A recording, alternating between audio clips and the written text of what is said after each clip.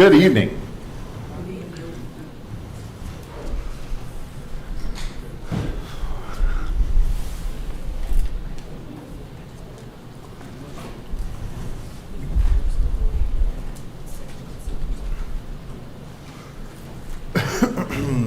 Well, I suppose that there are not many other passages that we could study in Isaiah that would be more familiar or kind of the more anticipated passages than the one we're going to get into tonight, hopefully through being in Isaiah, the last couple of verses of chapter 52 and then all of chapter 53, which really should be one unit. We talk about the guy, whatever the guy's name was that divided the Bible up into chapters and verses, and most of the time I don't have a issue with what he did, but we talk about him a lot when we do have an issue with what he did, and he missed it here. He should have put the last three verses of 52 in with Isaiah 53. They constitute a single unit, kind of from a literary standpoint, from a contextual standpoint as well. So we'll see that as we get through here into the text tonight. I think it'll be obvious as we look at that. So usually when you talk about the suffering servant passage, we automatically think of Isaiah 53, but we kind of forget about those first three verses that really should go with it. And so when we think about Isaiah 53, we really should start reading that passage back in 52, verse 13. So that's where we're going to start tonight here in just a minute, after we go through a little bit of review, as we always like to do to kind of set the stage. So here is our list of objectives for the night as it relates to Isaiah, to the suffering servant passage, 52:13 through 53, I think it's 13, isn't it? 53:12. Okay, and then the student can relate the passage about the suffering servant to the context of Isaiah 40 through 55. So we've really kind of been trying to see the structure of that whole work as a unit and how each of the individual sections or chapters that we've studied fit into that. We want to kind of put this passage into that structure as well. We want to be able to explain the teaching of the passage about the suffering servant. So what is the purpose of, why is it in there? What is the purpose of it? What does it mean? Obviously, that's a big thing we want to take away from tonight. And then we also want to demonstrate how the New Testament uses the passage about the suffering servant. So we'll look at some examples towards the end of how New Testament writers use some of the passages taken from this section. So let's go into our review. Two major divisions of Isaiah, 40 through 55. Chapters 40 through 47 constitute that first major division. And there the prophet seeks to remove the idols of Babylon from Israelite thinking and theology. So we have a lot of those passages about how useless the idols are and how silly it is to, for someone to carve an idol out of wood and then bow down to that idol, or mold an idol out of metal and then bow down to it and worship it and pray to it and those things. So quite a few sections like that in those first few chapters. Chapter 48 is that transitional chapter we saw where the focus shifts away from Jerusalem and Israel to Zion. And we identified Zion as the remnant, the faithful remnant, the people that will return, that are seeking to do what God wants them to do. And then after that transition takes place, that second major section, 49 through 55, the prophet there focuses on leading Israel out of Babylon. So we have that declaration of it's time to leave, it's time to pack up and go. And we kind of saw that in the last class or two as we looked at those, like chapters 50, 51, 52, as we looked through there, it was, a wake up, it's time to leave. And God was calling the people out of Babylon. And the servant then from this point on is going to take the leading role.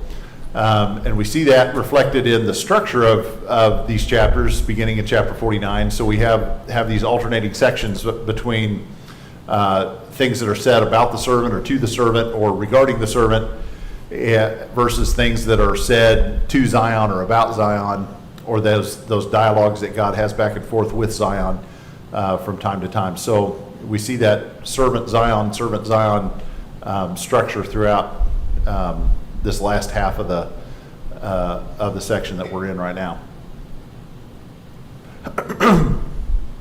There are 4 servant songs, and we're going to look at the 4th one tonight. We've already seen the first 3 in chapters 42, 49, 50, and then we're going to look at this last servant song tonight. So that kind of shows the importance of the servant through that section as well. When we use the word servant in Isaiah, it's kind of one of those contextually ambiguous things at times that kind of, when we say servant, who are we talking about? Well, sometimes we're talking about the nation in a general sense, in a generic sense. God is calling the nation to be his servant. And so sometimes we have the use of the word servant to mean that. Other times we have God calling Israel to a specific task. So it's like not just I want you to be my servant in a general sense, but here's something that I need done and I need you to go do it. So you're going to be my servant for this moment in time as you complete this task I need done. Typically they say no, and they decline that opportunity to be God's servant in Isaiah when he calls them to those specific tasks. And then on occasion, God is using specific individual Israelites or even other people like Cyrus. We talked about him a lot. Sometimes even the prophet himself to be the servant that needs to do the job that God needs done. And sometimes that individual Israelite might not be a specific person, but might be the personification of the ideal person or the ideal Israelite that God wants to step up to do something. And then also we have the thing that people always think of as Jesus as the servant. So those last 2 there, Jesus uses the servant image in his preaching as a model for himself and as a calling for his followers. As he is a servant, he calls us to be servants as well. And as he fulfills this ideal image of what a servant is supposed to be in Isaiah, he calls us to mimic him and to be like him in that way. And then finally, Jesus, by being a servant that suffered and died, he ideally fulfilled all that Isaiah writes about the servant. So much of what Isaiah says is for the purpose of Jesus one day coming along and saying, hey, you remember what Isaiah wrote? It's happening now. It's happening with me right here in your presence. So Jesus is that ideal fulfillment of the things that Isaiah writes. For tonight, kind of a simple outline, 52, 13 through 15. We have God speaking, and it's an announcement of exaltation. His servant is going to be exalted. And then it shifts, and the people speak in 53, 1 through the first stanza or line of verse 11. And the people are reporting on what they see. They are commentating on this servant that God has sent, and they're identifying characteristics they see and the facts regarding what happens to the servant or with the servant. So they're reporting on the suffering that he goes through and the exaltation that they see him experience. And then it closes out in the last verse and a half or so with God speaking, and this is a divine oracle about the servant where the servant is declared as righteous. He's done what he's supposed to do. So we have sort of that announcement of exaltation, and then I think we can say it's a declaration of exaltation at the end, where he is given the exaltation that is promised after his faithful fulfillment of the things that he set out to do. I thought this was interesting. I think it's interesting to note what literary form we're using in any given Bible passage. We don't read prophecy the same way we read poetry, the same way we read narrative or storytelling text, those kind of things. The type of text that it is determines to some degree how we interpret it. And so kind of coming up with the way to classify this section here, this song, how do we classify it? Well, it's similar in form to some of the laments that we find in the book of Psalms. And we've studied lament before, and we know that laments typically have that structure of a complaint that is issued, and then a plea and an address to God, and a request for resolution to those things. But this one, if it does, in the ways that it does follow a lament structure, it's still unique compared to all other laments because it's not the person who's suffering that speaks. It's a bystander that's that is speaking. So God is speaking about the servant at the beginning and end, and the people are speaking about the servant in the middle, and the servant never speaks for himself. And so that would be strange for a lament to be about somebody else and not for there to be the person who's suffering to be the one doing the lamenting. So if it is a lament, then it's a unique lament. But other commentators argue that basically it's a standalone passage. There's nothing really other like it anywhere else in Scripture as a literary structure. And so that makes it kind of an interesting thing then to say, well, then how do we interpret it compared to all other structures that we see in the Bible? So there's a lot of things. If you want to go the extra reading and do some commentating or commentary reading on those, then you can delve into some deep holes there and go into some interesting little contributory side streams if you want to get into the structure of this section of Isaiah. And then finally, one interesting thing to note too, God, as he speaks about my servant at the beginning and the end of this passage, really makes it a personal statement. This is not a servant. It's not even the servant. It's my servant. And so God is making that declaration at the beginning when he's declaring that the servant will be exalted, and then at the end when he's pronouncing the exaltation of the servant or the faithfulness of the servant, he is really making that statement that it is my servant. And I think that's important to note as we get into the text. Okay, ready for the text? Any other thoughts? All that clear as mud? Here we go. We'll start with 52 verses 13 through 15. Here God speaks, "Behold, my servant shall deal prudently. He shall be exalted and extolled and be very high. Just as many were astonished at you, so his visage was marred more than any other man, and his form more than the sons of men. So he shall sprinkle many nations. Kings shall shut their mouths at him. For what had not been told them they shall see, and what they had not heard they shall consider." Okay, so God here speaks about the servant and describes him in 10 ways. And that, if you're following along on the handout, this is where he gets into one of those. There's several of these tonight as we go through the lesson. He says there are 10 things, list them all. And so here's the list. There are 10 ways that God speaks about the servant. First of all, calls him my servant.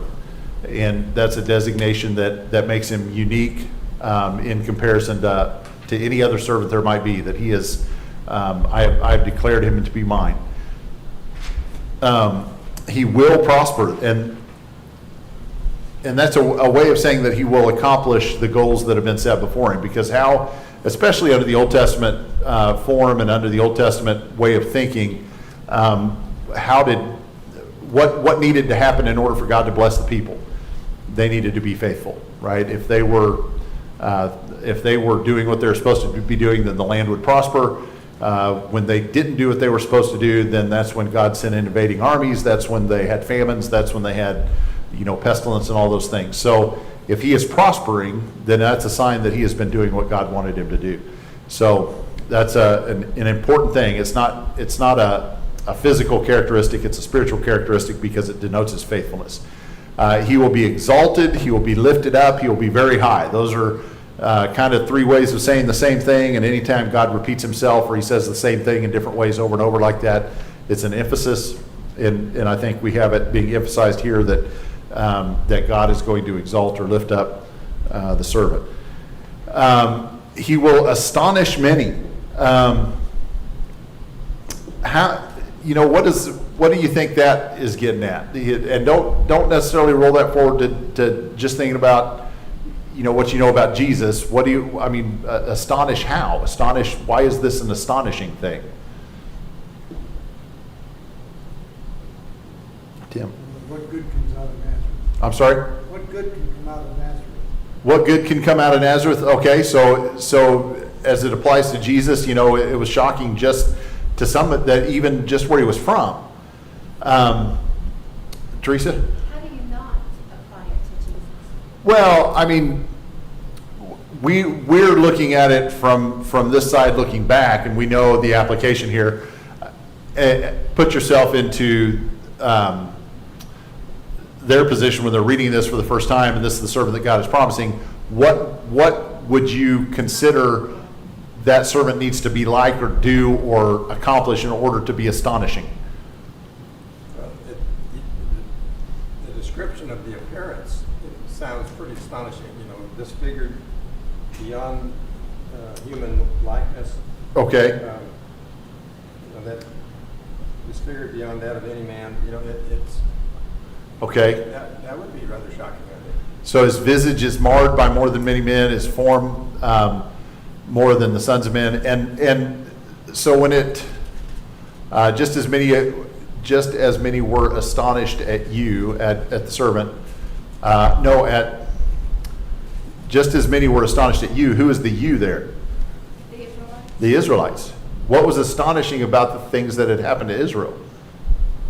How God had God worked. has brought them. They were God's people. They had been taken into captivity. They had been, things had happened to them as God's people that if you knew God and you knew his promises to the nation, and then you see Israel in Babylonian captivity, does that seem a little bit astonishing? Does that seem a little bit of a surprise?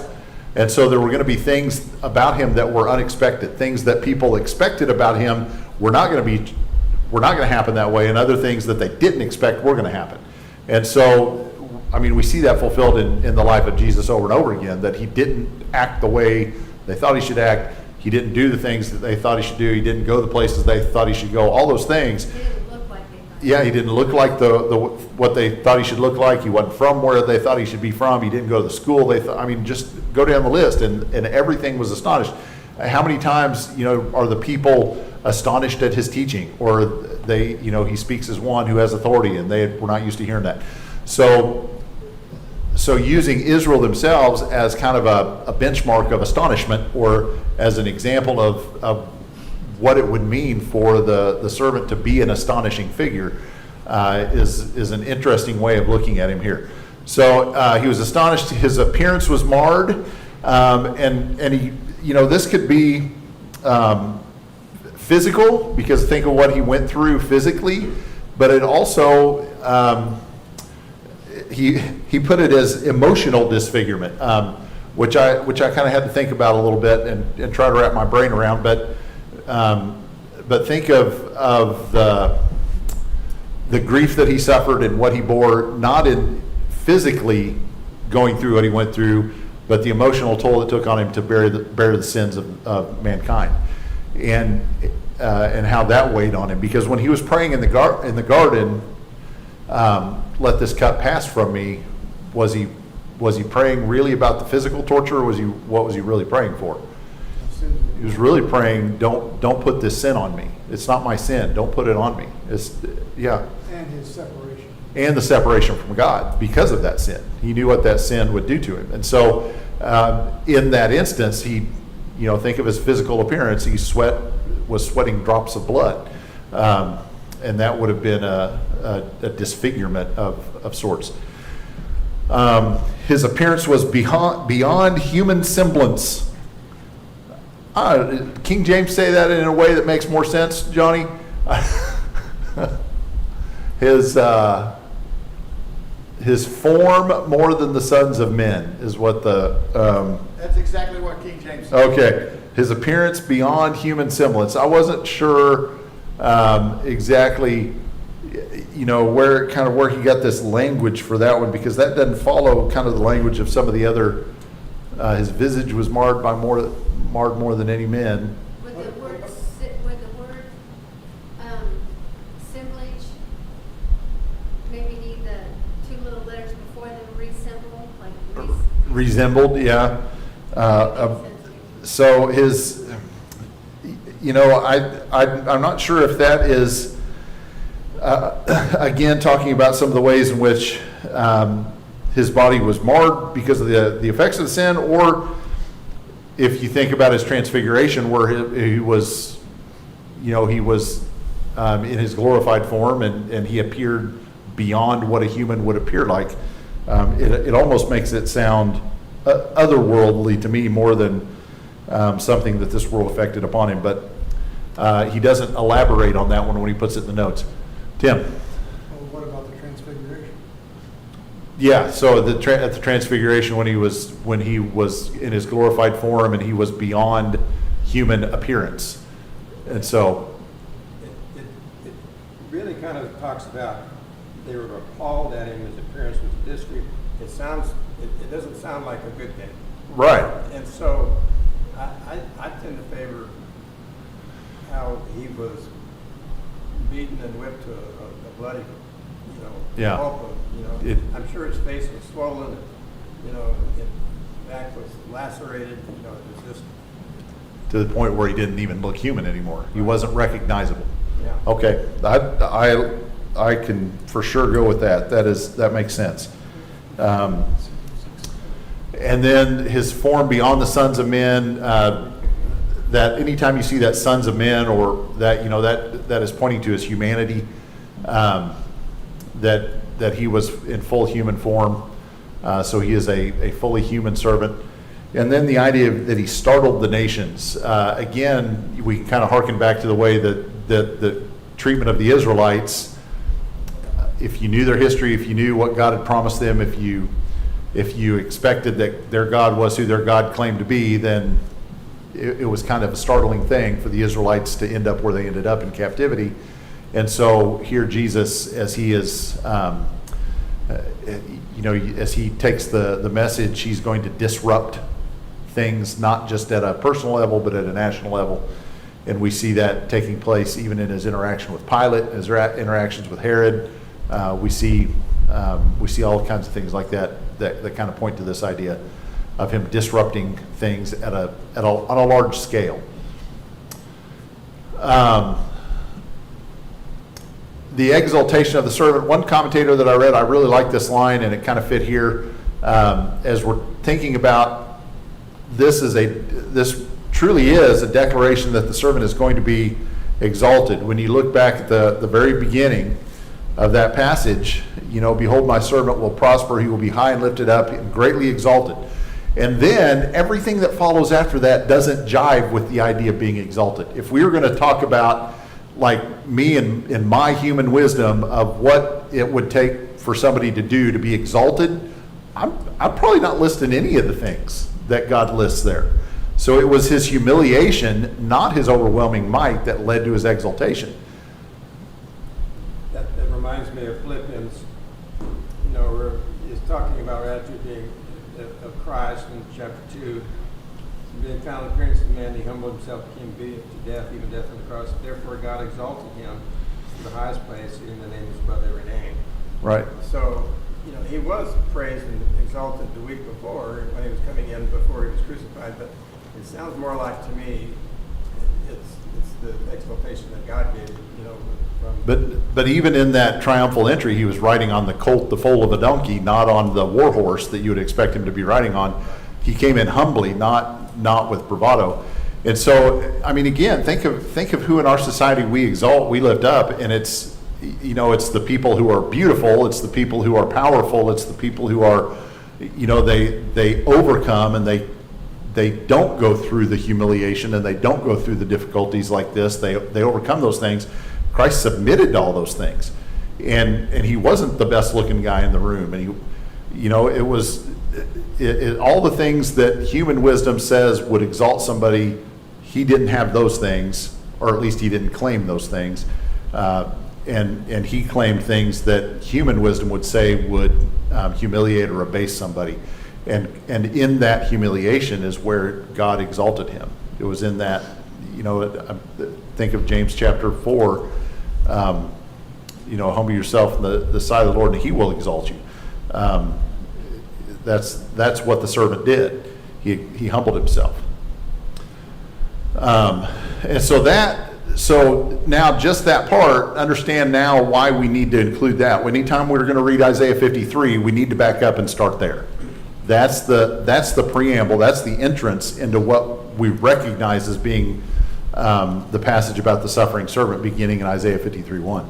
And so God declaring that his servant is going to be this person, this being, and now the observation of that being starts with chapter 53, verse 1. So just the first verse here to start, who has believed our report, and to whom has the arm of the Lord been revealed?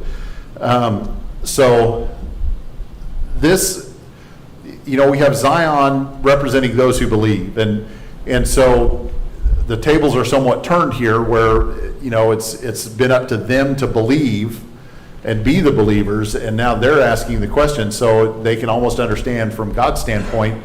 I've been telling you things, and you haven't believed, or you haven't believed the way you should, or some of you are late to this idea of believing. But here now they're the ones saying, who has believed our report? We've got this report to give about the servant that God has sent, and who can believe what we've seen? Who can believe what we've witnessed? It doesn't fit with what you would expect God's servant to be. And to whom, and then to whom has the arm of the Lord been revealed? Well, the arm of the Lord is always a statement of power, but again, we have kind of that contrast with the idea of the arm of the Lord is powerful, but how has God chosen to reveal his power through the servant? Not the way you would expect with a conquering army and war horses and machinery, but he has chosen to reveal his power through humility, through suffering. And that makes it hard to understand. It makes it hard to believe. And so people are reporting on what they see the servant do, but they're worried that nobody's going to believe them because it doesn't match with what you would expect to take place. Make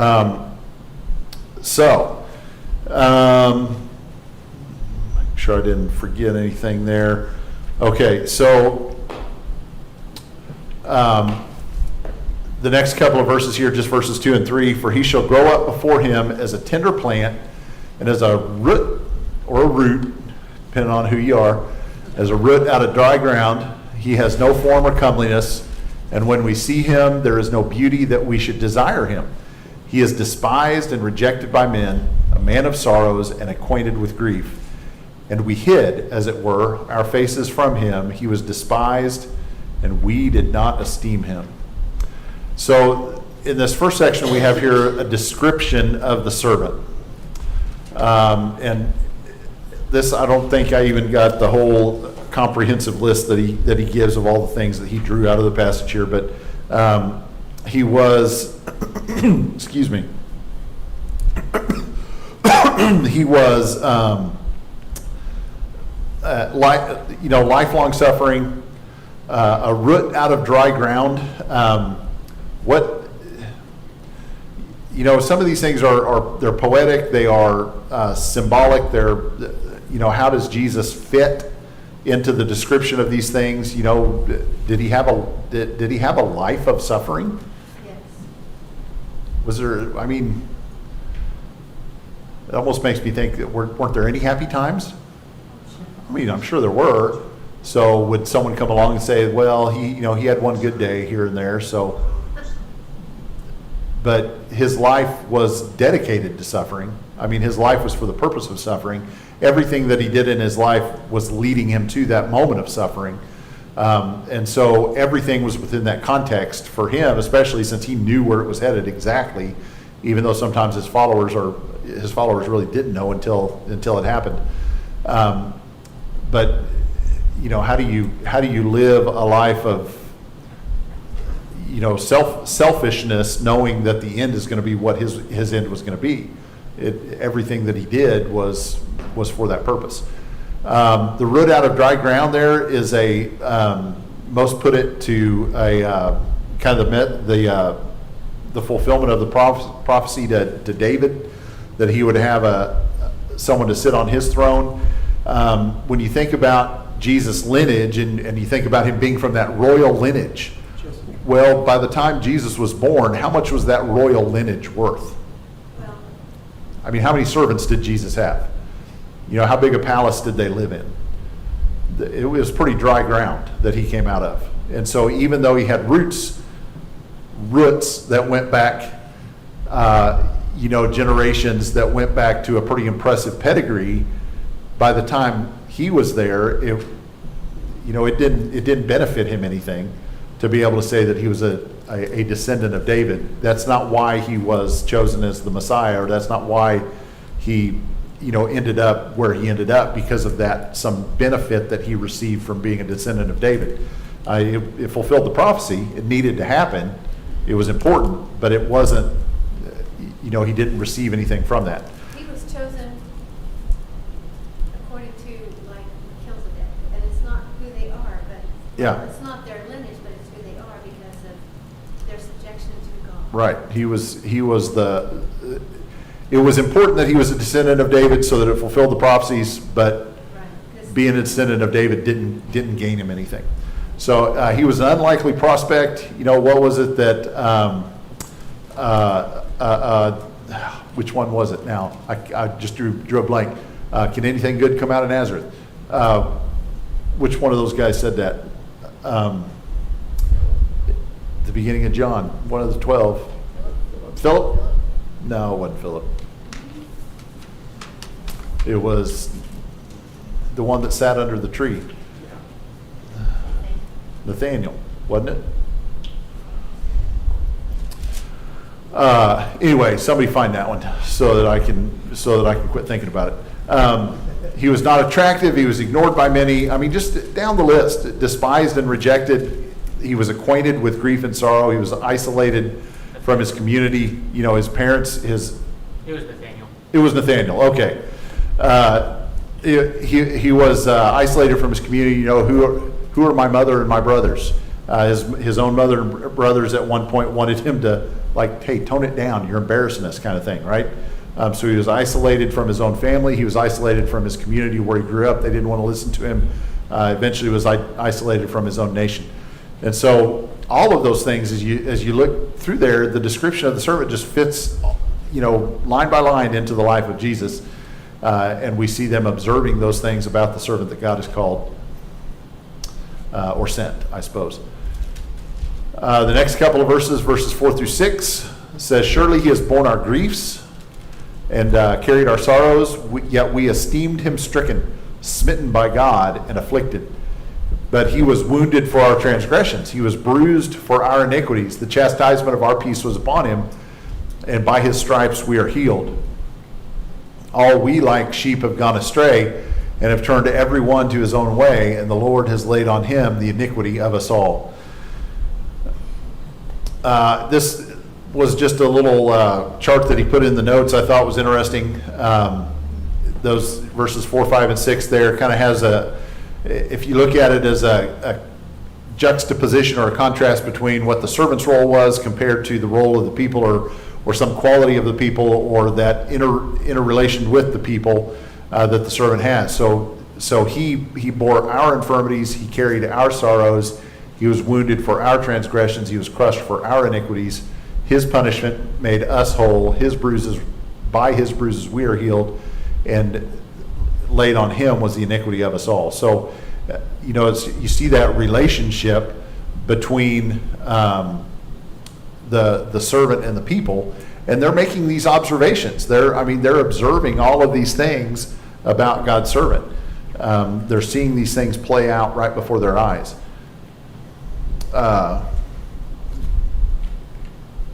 This section he labeled it as the confession of the people about their involvement with the servant.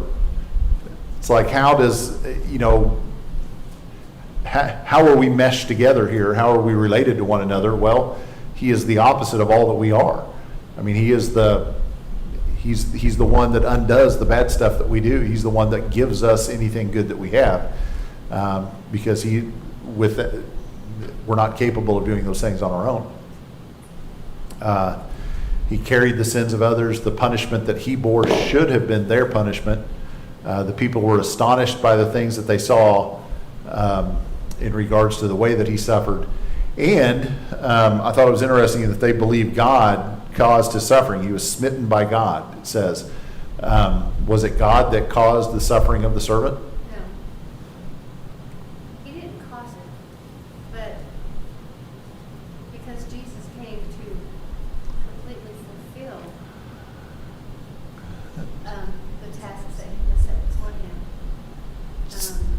it was our iniquities that caused. Yes, and so,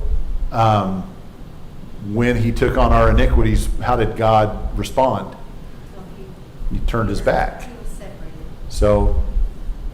So smitten by God, I think fits. And from the people's perspective, they're sitting there as an outside observer, watching the punishment that he's receiving, realizing it should have been ours. It should have been our punishment. And they understand that he's innocent. They understand that he is guiltless. And so from their perspective, it's like, why is God doing this to him? He did nothing. He's innocent. And so he is being smitten by God because of their sins. And so I think from that perspective, it makes sense that they would observe that. Johnny? Well, if you look way back at the real big picture, God did kind of cause it because he created us and he knew what we were going to do and what was going to happen for us to be with him. There you go. He knew from the beginning, and he did it anyway. Yeah, Because of that sign over there, that he loved us. he loved us. Yep, and he.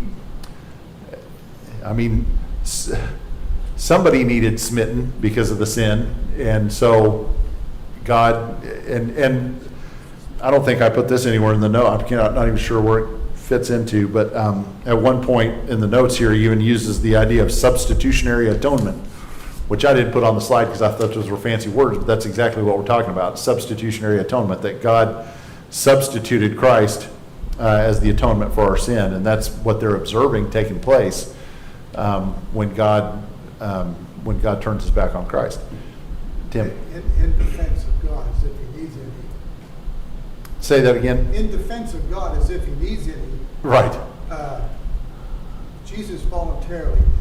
He did, yeah. Jesus,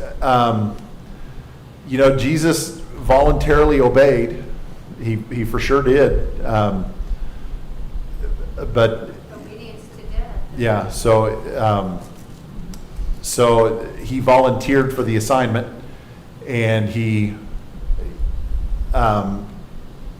voluntarily submitted to the smiting that God doled out. Yeah. Not my will, but yours. Right, not my will, but yours be done, and that, I mean, that makes it that much more powerful, that much more beautiful for what he did. It's good stuff. You start peeling back layers of that as you think about what it means, and it just gets more and more personal and more meaningful. Greg? There's a little bit of a nuance there about God turning his back on Jesus. Jesus did feel forsaken because he said so. But in Psalm 22, verse 24, it says, "For he has not despised or disdained the suffering one of the afflicted one. He has not hidden his face from it, but has listened to his cry for help." So because of the sin, because of his taking on our sin, he was separated from God, but God didn't. Yeah. I think I've changed my mind about God turning his back on him. I think he heard his suffering. Didn't hide his face from him, but Jesus for sure felt forsaken in that moment. Yeah, and I think there may be. I'll have to ponder that a bit. It may be an issue of semantics, but the idea of God did turn his back, but he didn't forget to turn back to him when the price had been paid. Just like with Israel in captivity for 70 years, God smote them for 70 years with the punishment that he said he was going to give them, but he didn't forget them at the end of the 70 years. And so when he turned his back on Christ, 2 Corinthians 7, I think it is, God made him who had no sin to become sin on our behalf so that we might become the righteousness of God. It wasn't that he appeared to have sin, he became sin. God viewed him as our sin. And so he bore the punishment. It wasn't a facsimile of the punishment or an imitation of the punishment. He took the punishment for our sin, and sin requires, Isaiah 59, 1 and 2, God's arm is not so short and his ear so dull that he cannot hear, but your transgressions have made a separation between you and God. And so that separation had to take place. The penalty for sin had to be paid, and God cannot be united with sin. So I think it wasn't. I'm still with the idea that he did turn his back because of the sin, but he didn't forget to turn back to him when the price was paid. I just come back to verse 24. For he has not despised or disdained the suffering of the afflicted one. He has not hidden his face from him, but has listened to his cry for help. Sin did separate Jesus from God. Yeah. But when we're separated from God by sin, God is still there. Yes. We are not, it separates us, and we are in that moment not able to be in God's presence. And that's I think what Jesus was feeling. How do I know? But I have to look at these verses in Psalms and think in terms that God was still there, and he didn't turn his face away from him, according to that verse. Verse 10 coming up, it's going to be interesting too. Verse in Isaiah 52? 53. 53? Okay. I don't like I say. I'll have to do some thinking on that, Greg, and ponder on that. I think there's some other. My God, why hast thou forsaken me? It's more than Makes it feel like you, but that might just be that's a lament. That's an expression of what it felt like, and so That's from Jesus' point. that's from Jesus' point of view, right? So. And he felt forsaken, no question about it. Yeah. I mean, And so, But then, see, in that moment, everything turned dark, remember? Like poetically speaking, the moon turned to blood or something, but that was when Jesus took on the sins of the Right. world. And God cannot look at sin and be okay with it. he cannot be united with sin for sure. So, it's an interesting thought. I see God suffering right along with Jesus, as he watches him go through that. For sure. I have absolutely God suffered in that moment because we know. We see evidence of that through the veil of the temple being ripped and the darkness on the land and the. Those kind of things happening in the moment that it took place, to whatever degree it happened, where that separation, whether it was a separation with God still watching or whether it was a separation with God turning his back, I think that's the semantic thing I'm trying to work out. There for sure was separation, but where were they pointed towards, is the question there. But so and I like that this comes out of this kind of study, because this is exactly what these things are pointing to, and it's exactly what we should be thinking about, and we should be personalizing that just the same way that the people that are speaking in Isaiah 53 here are personalizing it, that he bore the punishment for our transgressions. They're not saying for y'all's transgressions, it's for our transgressions. And it's a personal revelation and realization on their part. Verses 7 through 9 says, he was oppressed and afflicted, yet he opened not his mouth. He was led as a lamb to the slaughter, and as a sheep before its shears is silent, so he opened not his mouth. He was taken from prison and from judgment, and who will declare his generation? For he was cut off from the land of the living. For the transgressions of my people he was stricken. And they made his grave with the wicked, but with the rich at his death, because he had done no violence, nor was any deceit in his mouth.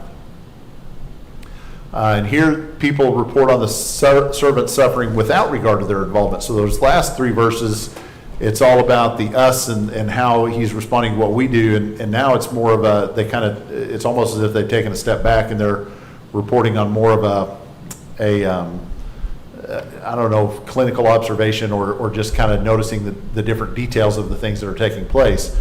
But it's, you know, it's kind of, not that it ceased to be our fault or we've ceased to have any involvement in it, but it's just a little bit of a different perspective than in the previous 3 verses.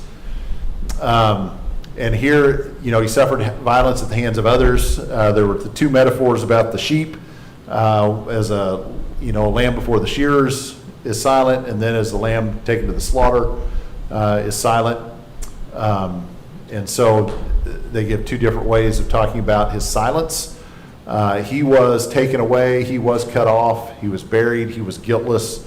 And so they're kind of taking those, those different perspectives, almost like, and here it's an eyewitness account, not an involved account of what they're giving an account of here.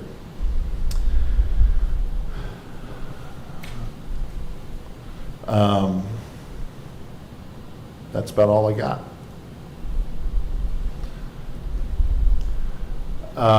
Verse 10 and 11, or the first line of verse 11, concludes the section. Yet it pleased the Lord to bruise him. He has put him to grief. When you make his soul an offering for sin, he shall see his seed. He shall prolong his days, and the pleasure of the Lord shall prosper in his hand. He shall see the labor of his soul and be satisfied. So the people here report on the servant's deliverance. And God here has used the servant to redeem Israel. And so I thought this was an interesting connection back to the very beginning of this section when, we started this current study in Isaiah chapter 40. And so if you go all the way back to the very first 2 verses of Isaiah 40, which introduce this entire section that we're in,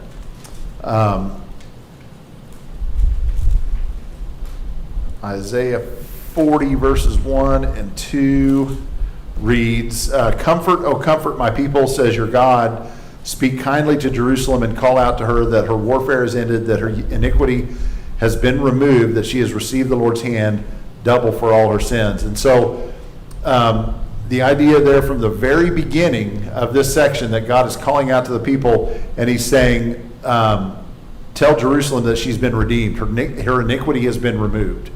And here we've come all this way through the text and we finally see how it happens. The servant has been the one that's taken away their iniquity. The servant is the one that God places that iniquity on, and he bears that iniquity for the people so that the people can be righteous before God. And so this was, from the beginning, this was part of the plan, and we finally see how that plan is being brought about. The suffering of the servant is by the will of God. We see that in this section.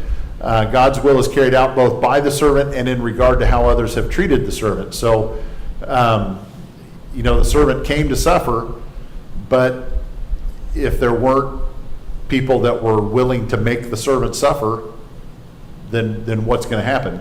He's not just come to. There are others that are having to bring about God's will by the things that he's going through as well, which is an interesting way of looking at it again. And then if you go back and look at kind of this whole chapter here, verses 2 through 9 focus on the death of the servant and how that death comes about. And then these last 2 verses, are 10 and the first part of 11, focus on the deliverance that is brought by the servant. What is accomplished by all that he's done or by all that he went through. Why do all this? And it's to bring about deliverance. And without verses 10 and 11, verses 2 through 9 is just kind of mean, kind of cruel.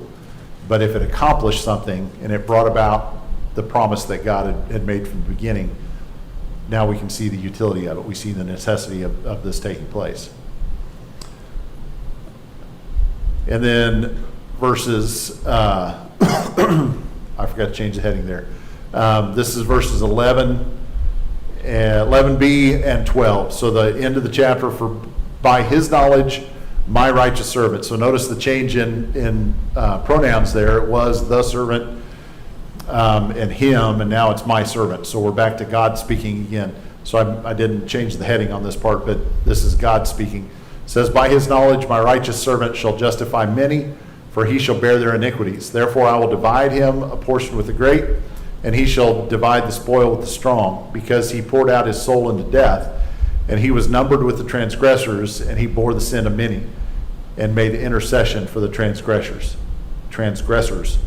So God here delivers an oracle about the servant. God speaks of how his will is carried out by the servant. And all these things are just straight from the text there. He made many righteous. He bore their iniquities. God has given him, the servant, a portion with the great. And when you think about what the great, by the way the Bible defines great, or by the way God defines great, what did they do to become great? They were faithful. Why was Abraham great? Well, he was faithful, and it was counted to him as righteousness. David had a heart was a man after God's own heart, and those kind of things. So it was their faithfulness that made them great. And so God has given him, his servant, a portion with the great, an inheritance with the great. He has classified him as being among the great because of his faithfulness. He poured out his soul to death. He was numbered with the transgressors, and he made intercession for the people, which is who else had the ability to do that other than the priest? The high priest was the one that made intercession for the people. And so that is a unique classification or characterization of the servant here in the Old Testament, because that was a priestly role. And so Christ did that as the high priest, we read in the book of Hebrews. Okay, so that brings us to the end of the text part. We got like 2 minutes to make some applications now. One of the objectives for tonight was to see how the New Testament uses this passage. And so just kind of put up some slides here. Isaiah 53:1, where it was asking, who has believed our report, or who has understood what we've said. John 12:38 quotes that. This was to fulfill the word spoken by the prophet Isaiah, Lord, who has believed our message, and to whom has the arm of the Lord been revealed. And again, Paul in Romans 10, verse 16 says, but not all of it have obeyed the good news, for Isaiah says, Lord, who has believed our message. And so they make, sometimes, Paul quoting there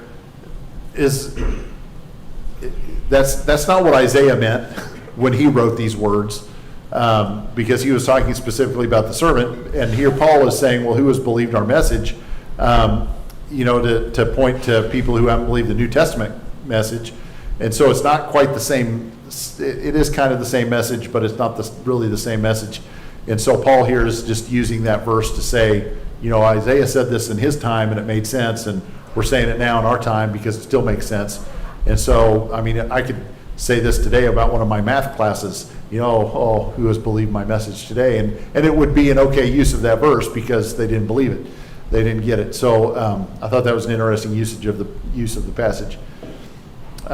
Verses 7 and 8 are used there in Matthew 8:17. This was to fulfill what had been spoken through the prophet Isaiah. He took our infirmities and he bore our diseases. And then verses 7 and 8 again are used in Acts chapter 8. This is the Ethiopian eunuch. If you read that passage on the conversion of the Ethiopian eunuch, then you know that he was reading from the scroll of Isaiah. And there he wonders, who is the one who is the prophet is writing about? Is he writing about himself or about someone else? And Philip begins with that passage and teaches him Jesus. So the suffering servant passage there used to teach the eunuch Jesus so that he could be baptized and be saved. Isaiah 53:9 is used by Peter. 1 Peter 2:22, he committed no sin and no deceit was found in his mouth. And then finally Luke 22:37, for I tell you this scripture must be fulfilled in me, and he was counted among the lawless, and indeed what is written about me is being fulfilled. So Jesus here speaking takes Isaiah 53:12 and says this passage is being fulfilled in your sight today, because it was written about me, and here I am, and it's happening right now. So couple of things just to ponder your thinking as we close. How do we make sense out of the servant being so radically different from the type of hero we would expect to bring deliverance? It's not who the story would be written about. If we were writing a movie script we would not write it this way. You know, he doesn't look anything like Arnold Schwarzenegger or The Rock or Matt Damon or anybody. You know, this is not who we would picture. How do we make sense of that? And how do we contextualize that for people to accept Christ as our hero today? Difference between a physical hero and a spiritual hero. Right? Okay, I think you got to start there and build on that, because we're not fighting against flesh and blood.